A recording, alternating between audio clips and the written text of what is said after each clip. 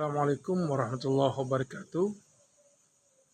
Bismillahirrahmanirrahim. Alhamdulillah rabbil alamin. Allahumma salli ala Muhammad wa ala sayyidina Muhammad. Semoga kita semuanya dalam keadaan sehat walafiat dan diberikan panjang umur oleh Allah Subhanahu wa taala sehingga kita dapat menyelesaikan ibadah puasa kita di bulan Ramadan ini. Dan alhamdulillah pada malam ini nuzulul Quran di Musalla atau Masjid Abdus Salam, Kediri Selatan, Kecamatan Kediri, Lombok Barat, NTB, yang mana dalam nuzulul Quran ini akan disampaikan oleh Mukarram Bapak Tuan Guru Haji Muharrar Mahfuz Kediri Lombok. Semoga kita dapat mengamalkan apa yang akan disampaikan oleh beliau pada nuzul Quran malam ini 11 Maret 2025. Dia dekat dia ni. Ini ada. Assalamualaikum warahmatullahi wabarakatuh. Alhamdulillahilladzi faddala syahra Ramadan ala sa'iri syuhur. Asyhadu an la ilaha illallah wahdahu la syarika lah wa asyhadu anna Muhammadan abduhu wa rasuluh. Allahumma salli wa sallim ala abdika wa rasulika Muhammadin sayyidil mursalin wa ala alihi wa sahbihi ajma'in wa ba'du. Al-mukarramun, para asatidz, ustadzat, tokoh-tokoh masyarakat kita, Bapak Kades, Bapak Kadus, semua hadirin hadirat, shaimin shaimat rahimakumullah yang saya muliakan. Alhamdulillah, Allah tetap anugerahkan kepada kita rahmat, taufik serta hidayah. Saat ini kita sudah memasuki malam ke-12 dari pelaksanaan Qiyamu Ramadan. Kita sudah menyelesaikan 11 hari dari pelaksanaan Saum Ramadan. Kita berdoa kepada Allah, semoga Allah menerima Saum Ramadan kita sampai 11 hari yang sudah, Qiyamu Ramadan kita sampai 12 malam yang sudah sampai saat ini. Semoga Allah berikan kepada kita sehat walafiat, segar bugar, panjang umur untuk tetap bisa mengisi waktu-waktu selama Ramadan dengan ibadah wajib berupa saum, ibadah sunnah berupa qiyam, dan berbagai rangkaian Qiyamu Ramadan dari tilawatul Quran sampai ibadah-ibadah sunnah yang lain. Semoga Allah anugerahkan kita kekuatan untuk itu.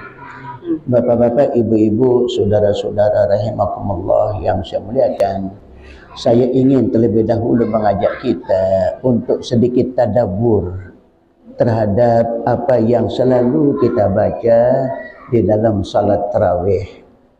Saya sangat memahami, mudah-mudahan kita juga memahami semua. Afala yatadabbarunal Qur'an am ala qulubin aqfaluha.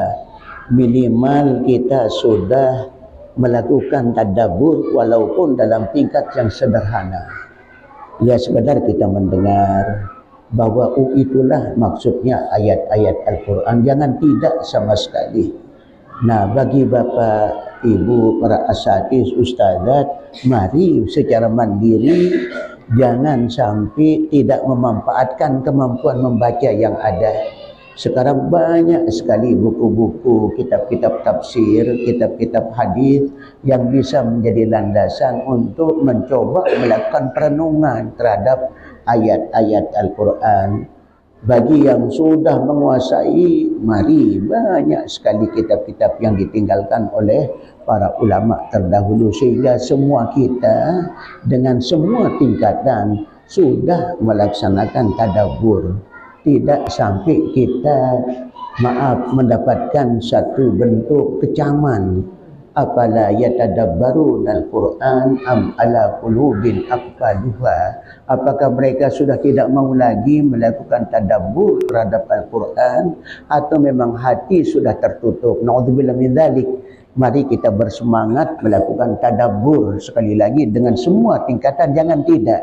Paling sederhana adalah pernah mendengar isi uraian daripada Al-Quran. Ya, tentu ini melalui pengajian. Sehingga maaf Bapak Ibu, umat Islam ini minimal kalau mau melakukan pemahaman agama secara paling sederhana, maka kehadiran di majlis-majlis ta'lim, majlis-majlis ilmu mutlak adanya. Ya, sehingga tidak ada umat Islam yang tidak pernah tahu nama majlis ta'lim. Maaf ini. Sebab itu merupakan bagian penting di dalam mempertahankan eksistensi keagamaan pada diri kita masing-masing. Yang sudah mampu di atas itu tentu mari kita terus berkembang. Bapak Ibu yang saya muliakan, saya memulai dengan surat Al-Fatihah. Pada saat di luar Ramadan, kita membaca minimal 17 kali surat Al-Fatihah. Pada saat kita berada di bulan Ramadan, bertambah secara umum 23 kali. 20 rakaat tarawih, 3 rakaat witir. Bagi yang pakai 8, berarti 11 kali membaca surat Al-Fatihah. Nah ini Bapak Ibu, mari kita sekalipun secara sederhana yang ingin saya sampaikan supaya maaf para asatidz yang sudah punya kafaah syariah, ya silahkan kita terus melakukan pendalaman. Tapi yang paling sederhana, minimal bapak-bapak, ibu-ibu, bahwa surat Al-Fatihah itu surat dialog antara kita dengan Allah yang kita lakukan sekian kali dalam sehari. Jangan kosong maknanya dalam pikiran dan angan-angan kita. Pada saat kita membaca ayat kedua, ya setelah basmalah, Alhamdulillahi Rabbil Alamin, Allah langsung memberikan respon, memberi jawaban. Hamidani abdi, hambaku memuji aku. Jadi Allah langsung merespon itu. Maaf, bagaimana Allah akan menjawab sekian banyak ya orang yang membaca Alhamdulillah. Jangan kita samakan Allah dengan kita. Disitulah Allah luar biasa kuasanya yang tidak bisa kita ukur oleh diri kita. Jadi jangan kita ukur dengan diri kita. Pak Kades tidak bisa akan berdialog sekali dialog, jangankan dengan banyak orang. Ya, sampai sekian ribu, 3 orang saja sekaligus tidak mungkin. Nah, Allah Subhanahu wa taala dengan kekuasaannya yang luar biasa, kita tetap dijawab oleh Allah. Begitu kita katakan Alhamdulillah hamidani abdi, Ar-Rahmanir Rahim athna alayya abdi. Kembali Allah nyatakan, aduh hambaku memuji aku lagi. Begitu kita katakan Maliki Yaumiddin majjadani abdi, aduh hambaku lagi memuliakan aku. Maaf, semakin khusyuk hati kita kalau kita tahu diri kita sedang berdialog dengan Allah. Ya, kita berbicara langsung dengan Allah dan Allah langsung memberi jawaban.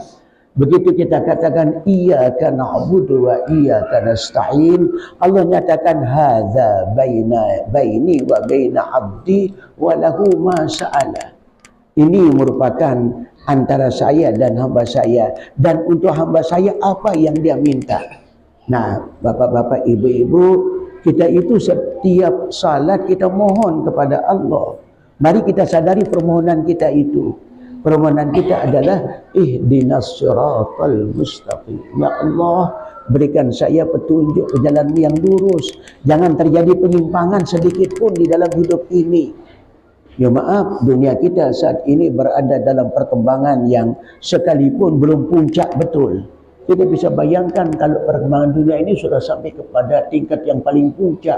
Bagaimana komunikasi, bagaimana teknologi informasi, itu sekarang saja sudah Masya Allah luar biasa saat ini.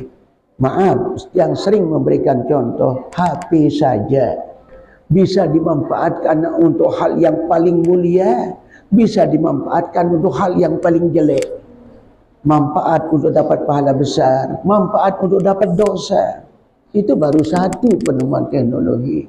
Nah, disinilah ihdinas siratal mustaqim, supaya kita tetap diberikan petunjuk oleh Allah, supaya jangan ada pemanfaatan apapun yang merupakan kelebihan saat ini untuk hal-hal yang membawa dosa. Sehingga doa yang selalu diajak kita aminkan oleh para ulama kita terdahulu, Allahumma habbib ilainal iman wa zayyinhu fi qulubina wa karrih ilainal kufra wal fusuq wal isyan waj'alna minar rasyidin. Supaya hati kita ini habib ilainal iman, tetap senang kalau itu bicara soal keimanan. Kalau itu terkait dengan pekerjaan yang memperkuat keimanan, itu senang kita. Hati kita supaya disenangkan oleh Allah. Sehingga kita senang ibadah, senang baca Quran, senang bersilaturahim kayak begini, senang saling mengucapkan salam, senang saling kunjungi, senang saling segala-galanya.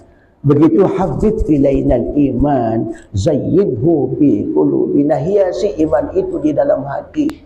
Karrih ilainal kufra wal fusuq wal isyan, bikin hati ini benci hati ini kepada kekafiran, kepada kefasikan, kepada perbuatan-perbuatan maksiat.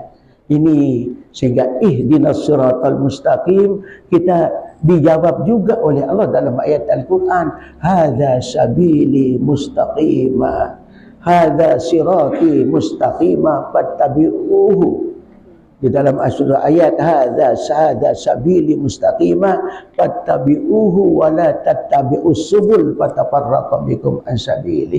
Itu jawaban Allah secara tertulis, bisa kita baca dalam ayat Al-Quran.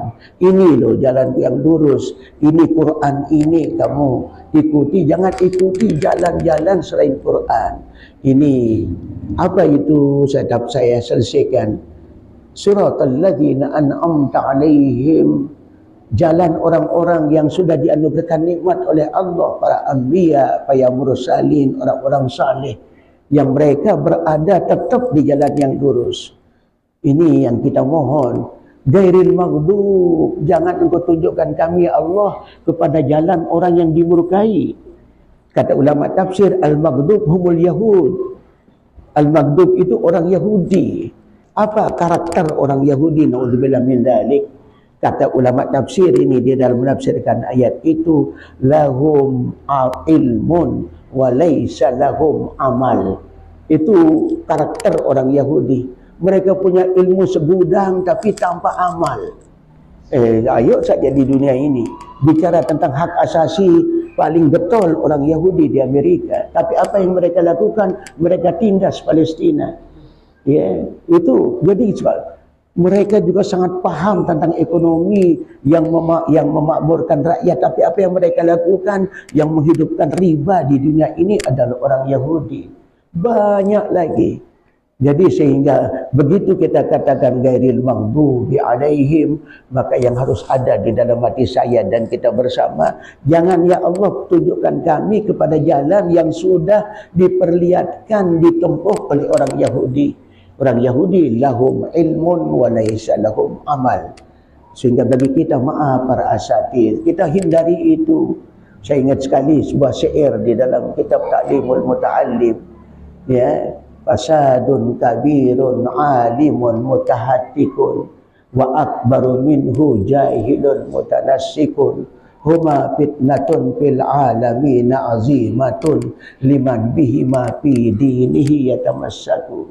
Itu kaul ulama syair itu, tapi menggambarkan rusak dunia ini kalau yang ada itu orang alim yang tidak mengamalkan ilmunya. Siapa orang alim itu? Apakah orang alim sekelas Abdullah bin Baz? Apakah orang alim sekelas Buya Hamka? Apakah orang alim sekelas Tuan Guru Ibrahim Al-Khalidi, sekelas Tuan Guru Abdul Karim? Tidak sekedar itu. Semua kita ini termasuk min ahlil ilmi, termasuk akhul ilmi, dhu ilmin. Semua kita ini, siapa yang tidak tahu tentang salat? Siapa di antara kita yang tidak tahu tentang riba? Siapa kita ini yang tidak tahu tentang apa yang haram? Semua. Tapi coba lihat, yang nipu dalam dagang adalah kalangan umat Islam. Maaf, sekarang sedang ribut beberapa kota. Apa yang terjadi? Mahasiswa, mahasiswi kumpul kebo. Apa itu pasti orang kafir? Belum tentu. Justru kita curiga yang banyak itu kalangan pemuda muslim yang tidak paham agama. Sehingga banyak alimun mutahatik itu jangan diartikan harus kita berilmu menguasai segala-galanya. Orang itu tahu yang haram tapi dia langgar. Orang itu tahu yang maksiat tapi dia kerjakan. Itu alimun mutahatikun. Lebih wa akbaru minhu jahilun mutanassikun. Lebih dahsyat lagi rusak dunia ini kalau yang banyak itu orang bodoh yang jadi ahli ibadah. Ya, jahilun mutanassik, tidak tahu apa-apa, tidak pernah ngaji tapi ibadahnya la ilaha illallah, luar biasa. Ya, maaf saja, kita kadang-kadang bisa tahu setiap hari itu pada saat ruku baru merasa khusyuk kalau nunduk kepalanya itu betul-betul kayak mau kayak mau nungkik. Padahal tidak seperti itu. Nabi perlihatkan cara ruku itu lurus antara kepala dengan punggung. Tapi karena baru merasa khusyuk harus, maaf itu. Banyak lagi contoh-contoh bapak-bapak dan saudara-saudara. Sehingga orang jahil dan mutanasik juga berbahaya. Ahli ibadah yang tanpa ngaji. Nah ini berbahaya sekali. Karena apa? Liman bihima fi dinihi yatamassak. Alimun mutahatikun jadi fitnah besar, jahilun mutanasikun jadi fitnah besar karena bisa dipedomani oleh orang. Orang akan ikuti, lah ni baik dengan pacu ya gawe. Dia saja orang alim dia kerjakan, berarti dia boleh. Itulah makanya alimun mutahatikun, jahilun mutanasikun huma fil alamin fitnatun fil alamin azimatun. Jadi fitnah besar itu. Nah inilah maka mari coba sedikit demi sedikit kita tingkatkan tadabbur, juga kita coba yang supaya semua minimal mendengar kandungan. Pernah mendengar itu minimal Bapak Ibu. Ya kalau untuk semua harus menguasai tentu tidak sesuai dengan apa yang difirmankan oleh Allah. Memang faddala ba'dahum ala ba'din dalam segala hal. Dalam segala hal ada Allah berikan kelebihan sebagian kepada sebagian. Itu tidak bisa kita ingkari. Nah, tetapi minimal maaf Bapak Ibu yang maaf kebetulan ditakdirkan tidak bisa baca tafsir segala macam, minimal kita coba sosialisasikan. Pernah mendengar isi daripada surat Al-Fatihah atau ayat-ayat yang kita baca. Maaf, lagi satu yang tambah. Tadi sebenarnya ayat-ayat yang dibaca oleh Ustaz Husni itu penuh dengan mau'izah. Penuh dengan mau'izah. Ya, antara lain pada saat beliau membaca surat At-Tin, Wat-Tini Waz-Zaituni wa Turi Sinin wa hadzal baladil amin laqad khalaqnal insana fi ahsani taqwim thumma radadnahu asfala safilin illa alladziina amanu wa amilus sholihat falahum ajrun ghairu mamnun. Masya Allah. Ini supaya ada jadi gambaran bagi kita bersama bahwa manusia diciptakan oleh Allah sebaik-baik bentuk. Maaf, tidak ada bentuk makhluk Allah sebaik manusia. Ya, baru yang kedua monyet, kan gitu. Ya, tetapi sangat tidak benar kalau dikatakan monyet asal manusia. Orang paling ganteng setelah manusia itu ya monyet. Tapi masa monyet menjadi asal manusia? Itulah teori komunis, teori Darwin. Tapi yang jelas firman Allah, laqad khalaqnal insana fi ahsani taqwim. Maaf, ya, saran itu manusia ni denara be bau wada sila. Semua kita dalam keadaan ahsani taqwim. Sebaik-baik bentuk. Tetapi firman Allah kemudian radadnahu asfala safilin. Kalau manusia yang begitu ganteng, begitu cantik, justru dia tidak bisa hidup sesuai dengan syirat al-mustaqim. radadnahu asfala safilin.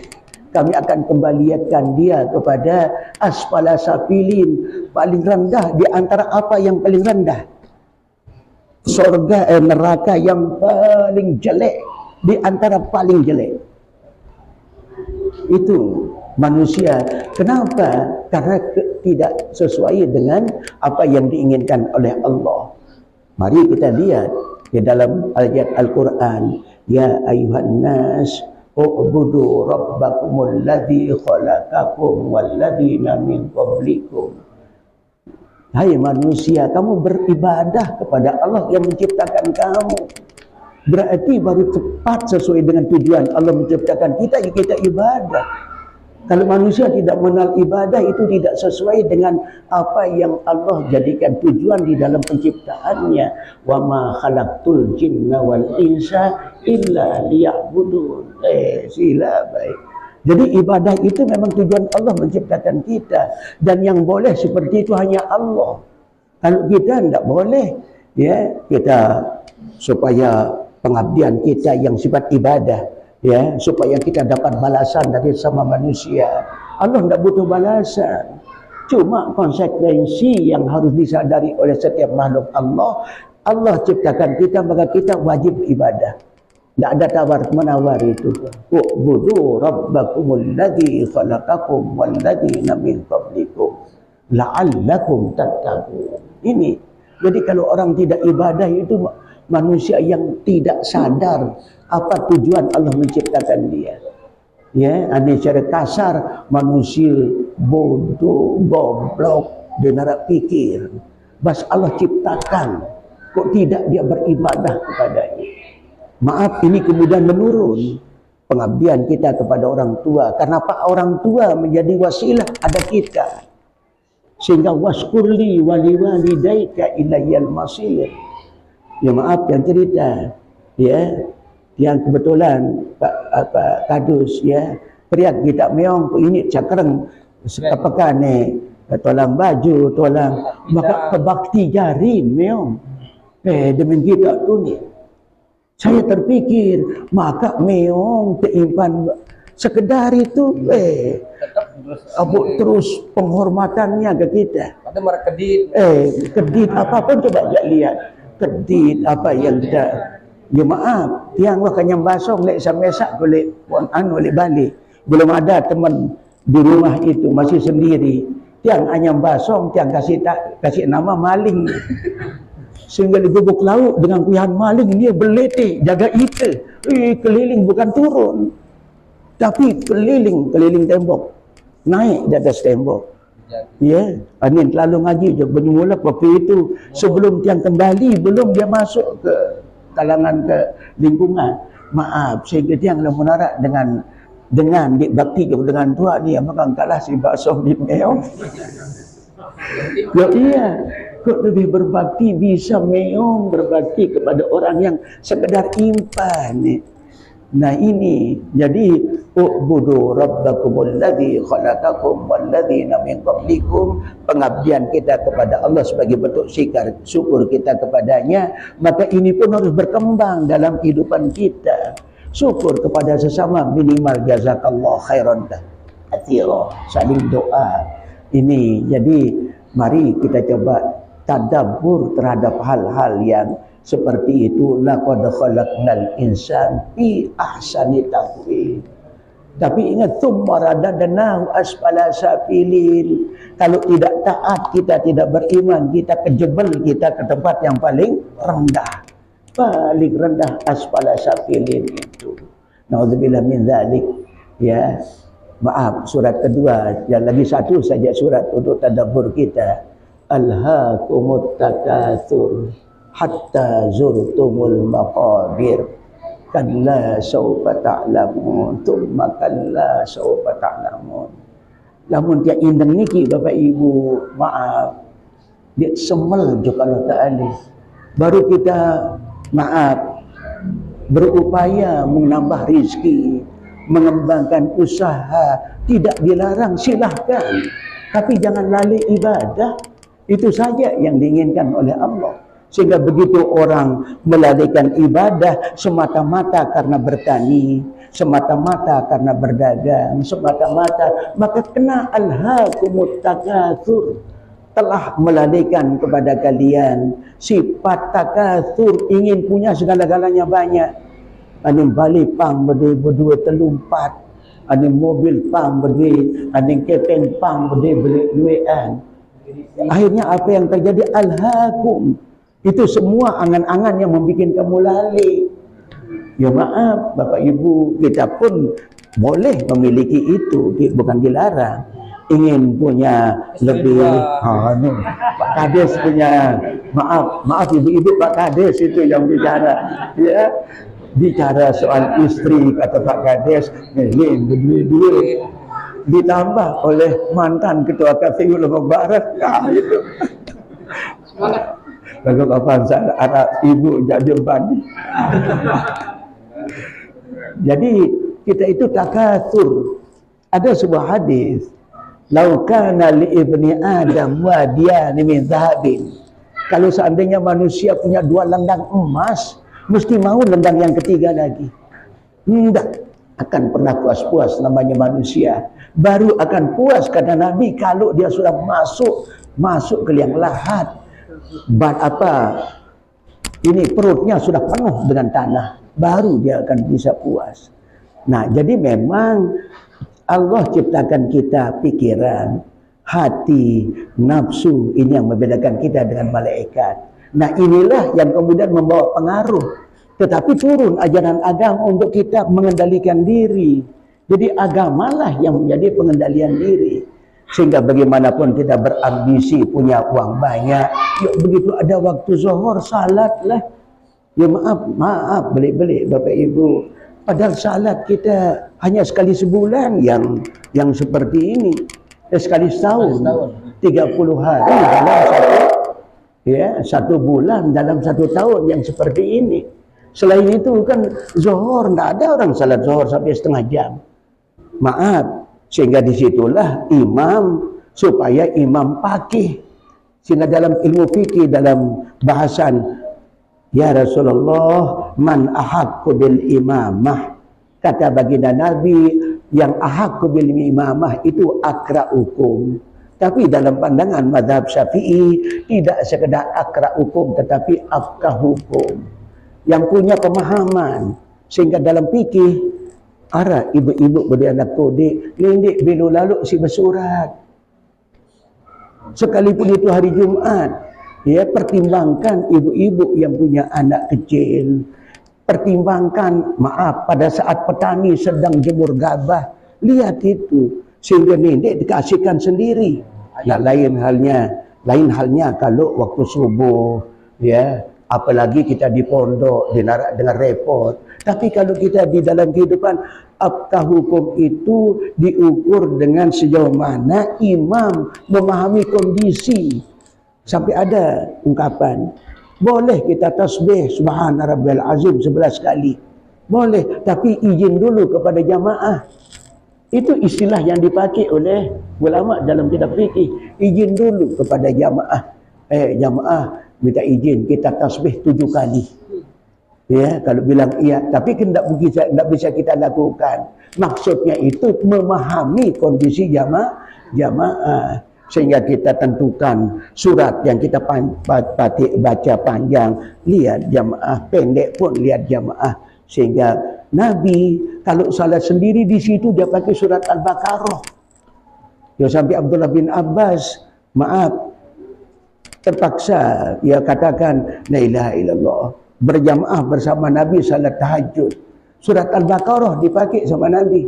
Begitu sampai setengah juz, begitu mulai beberapa halaman, pakai setengah juz ruku Nabi. Ternyata setengah juz lanjut, paling-paling 1 juz ruku. Ternyata 1 juz lanjut sampai selesai surat Al-Baqarah baru ruku. Itu Nabi salat. Tapi kapan? Pada saat salat sendiri.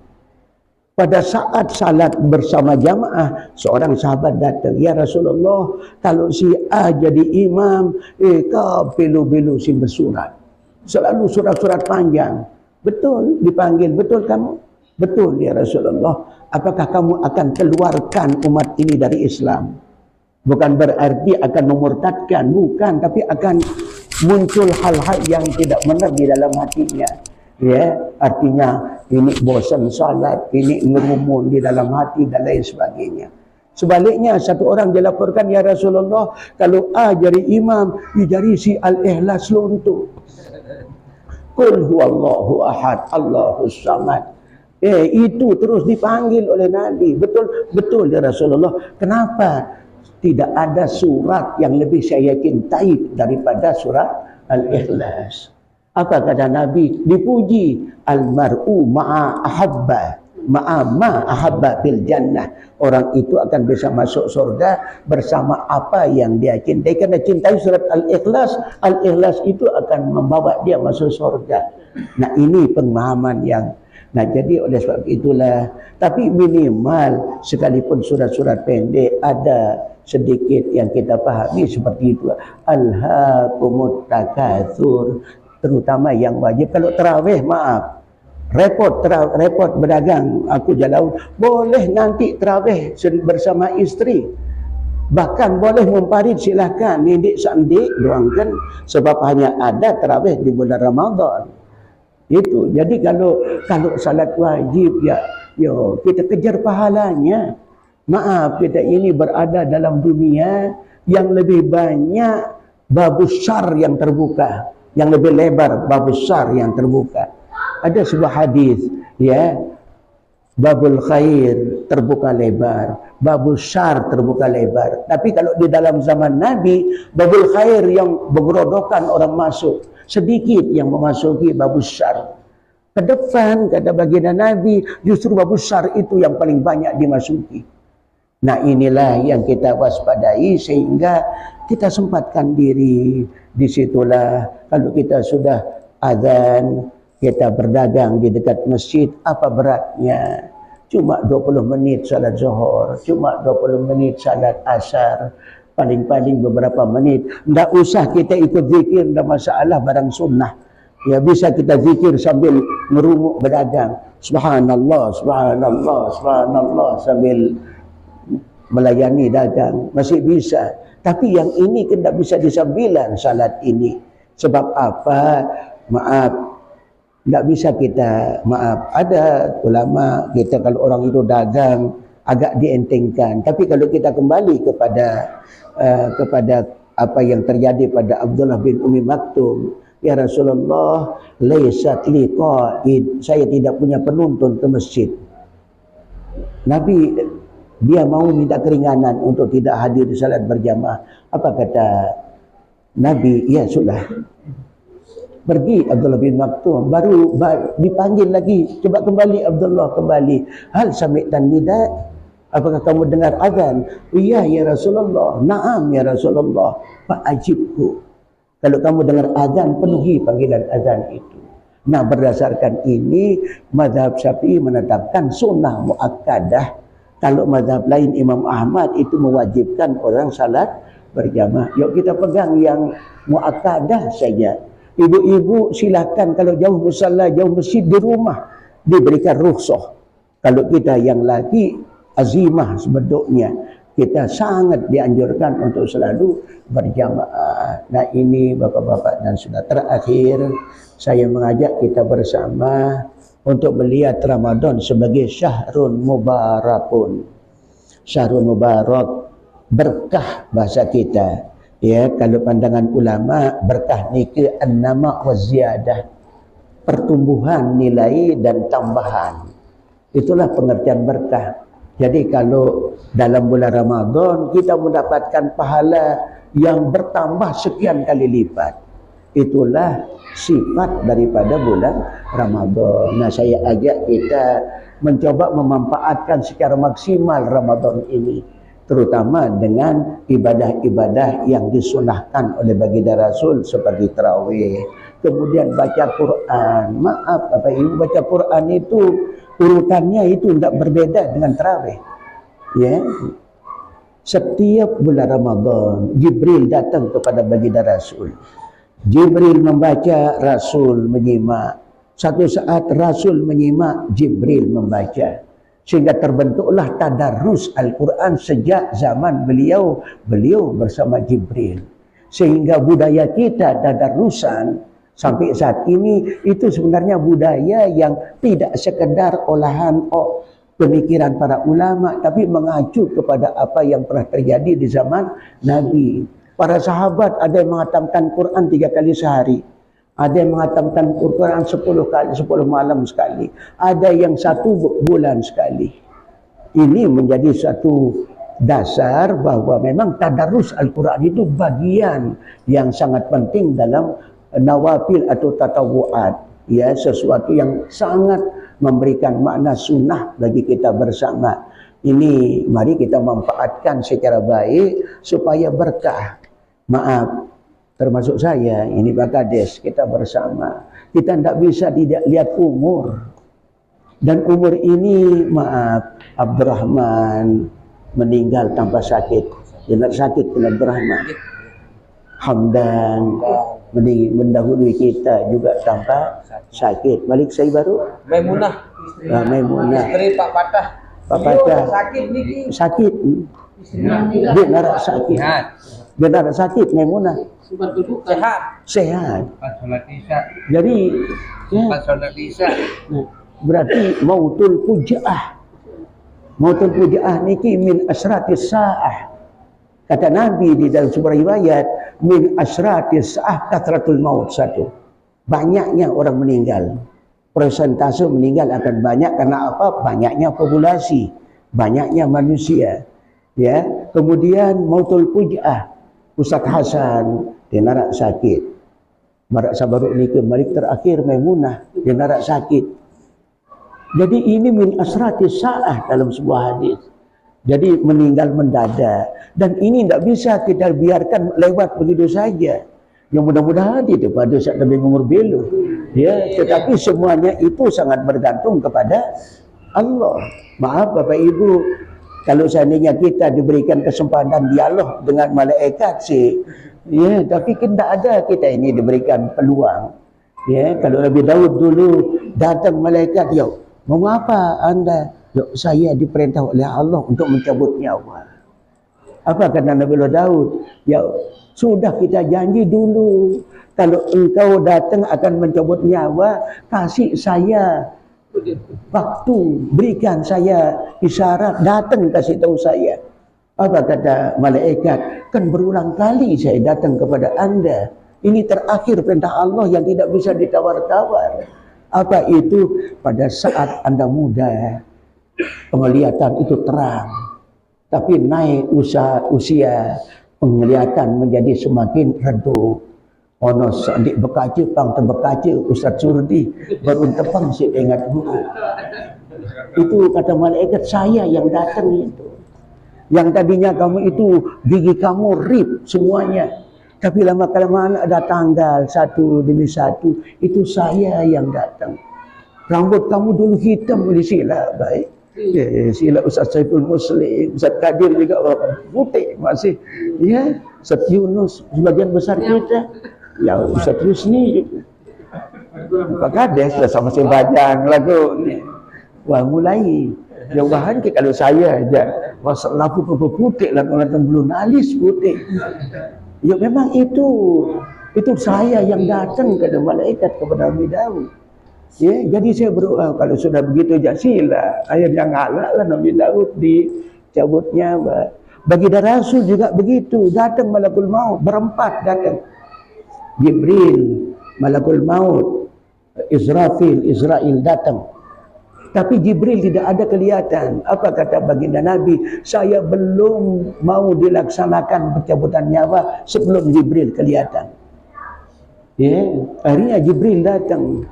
Nabi ditawari, Muhammad, aku diperintah oleh Allah untuk bertanya kepada anda, apa mau dicabut sekarang atau ditunda? Berapa yang engkau kehendaki? Berapa tahun yang engkau kehendaki, Allah akan berikan. Baru balikkan yang itu jarum rokok kali-kali satu tahun. Tapi baginda Rasul mengatakan sekarang kata beliau. Ya, jadi kenapa? Apik kagak apik? Saya sudah antarkan perjuangan Islam sampai Fathu Mekah. Sudah menang. Apalagi yang harus saya kerjakan? Ayat Quran sudah turun. Al-yawm ittaqu yawman turja'una fihi ila Allah tsumma tuwaffa kullu nafsin bima kasabat wa hum la yuzlamun. Itu ayat yang terakhir sekali turun. Kalau al-yawma akmaltu lakum itu ayat terakhir tentang hukum. Tapi yang betul-betul terakhir turun itu di surat Al-Baqarah itu, ittaqu yawman turja'una fihi ila Allah tsumma tuwaffa kullu nafsin bima kasabat wa hum la yuzlamun. Jadi apa yang harus saya kerjakan dalam kehidupan ini? Ya, akhirnya beliau minta Jibril harus datang. Apa kata Jibril? Ya Muhammad, saya tidak tega melihat orang yang paling saya kasih akan mengalami sakitnya sakaratul maut. Baginda Nabi Muhammad si sayang kepada umat, menurut satu riwayat disampaikan oleh ulama. Beliau minta supaya setengah dari sakitnya umat dalam sakaratul maut diberikan kepada beliau dalam satu penyampaian dari kalangan. Nah, itu yang menyebabkan beliau, kata Fatimah, memsaksikan sebentar-bentar beliau usap dan beliau katakan sakitnya ini Bapak Ibu, tetapi kemudian beliau dicabut rohnya dengan begitu halus, begitu lembut, tetapi tetap mengalami sakitnya sakaratul maut. Nah ini Bapak Ibu, kita tidak bisa dialog kayak Rasulullah. Ya, malaikat datang, sudah, tidak ada tawar-menawar. Disinilah mengakhiri kajian singkat ini. Saya ajak kita bersama, maaf. Abdullah bin Umar, salah seorang sahabat putra Umar ibn al-Khattab, dipegang pundaknya oleh Rasulullah. Kedua pundak beliau dipegang oleh Rasulullah. Apa kata? Ya Abdullah, kun fid dunya ka'annaka gharibun aw abiru sabilin. Hai Abdullah bin Umar, jadilah kamu dalam kehidupan dunia ini ka'annaka gharib, seakan-akan kamu orang asing yang sekadar singgah di dalam kehidupan dunia ini. Ya, au abiru sabilin, atau sekedar orang yang akan berjalan liwat mintas begitu saja. Kamu hayati kehidupan itu seperti itu. Ya maaf, ya buktinya Maimunah meninggal. Piranto mati anu bilian tiada. Piranto bilina Sabtu. Oh, Sabtu. Sekian banyak. Ya orang tua kita saja ini yang punya tanah sampai namanya Abdus Salam, itu kakek keberapa dari Tuan Guru Muzakkar? Kakeknya sama Kakeknya Tuan Haji Abdus Salam punya putra namanya Haji Nazir, punya putri namanya Haji Rohiyah, ibunda dari Tuan Guru Muzakkar. Ya, kemudian termasuk juga Ustaz Haji Najamuddin punya garis keturunan Ustaz. Jadi tapi sekian banyak sudah meninggal. Ini kan menjadi bukti kita ini kapan. Nah ini mudah-mudahan sambiluan baik. Sambiluan baik. Tetapi mau tidak mau melihat kenyataan saat ini tidak bisa kita tidak dalam keadaan siap. Sehingga kata baik yang muda maupun yang tua. Cuma kita yang tua boleh ya. Itu punya semangat seperti apa yang dimiliki oleh para sahabat. Yang muda pun saya kira bagus. Ya Rasulullah, orang-orang terdahulu punya usia 900 tahun, 1000 tahun, 800 tahun, 700 tahun. Kita tidak mungkin kejar mereka ya Rasulullah. Tidak mungkin kita mengejar pahala mereka yang besar, surga mereka yang tinggi, tidak bisa. Sebab apa? Engkau sudah nyatakan, inna a'mara ummati ma baina sittin wa sab'in. Umur umat saya antara 60-70. Sedikit yang akan lewat 70. Maaf, di antara kita yang hadir saja, termasuk beliau ini, 30 sikit. itu dah sikit. Mudah-mudahan satu baluk 5 atau 10 atau 100. Cuma minimal kebaja. Ya. Ustaz Kadir Ada 70. enggak Ustaz Kadir belum. 6 berapa Ustaz Kadir? 63. Masih mah baina ajam pira jam? 62. Ya. Bangun kades ya ni baru 15. Apalagi Suhaimi, Suhaimi yang dengan paling-paling kita olas. Jadi mari itu kita coba. Apa kata Rasulullah? Rasulullah termenung, tidak memberi jawaban sama sekali. Sampai turun surat Al-Qadar. Wa ma adraka ma lailatul qadri. Lailatul qadri khairun min alfi syahr. Tanazzalul malaikat war-ruh fiha biidzni rabbihim min kulli amr. Salamun hiya hatta matla'il fajr. Sehingga mari ngiring. Nanti pada saat Lailatul Qadar ada sempatkan diri kita iktikaf. Kalau tahu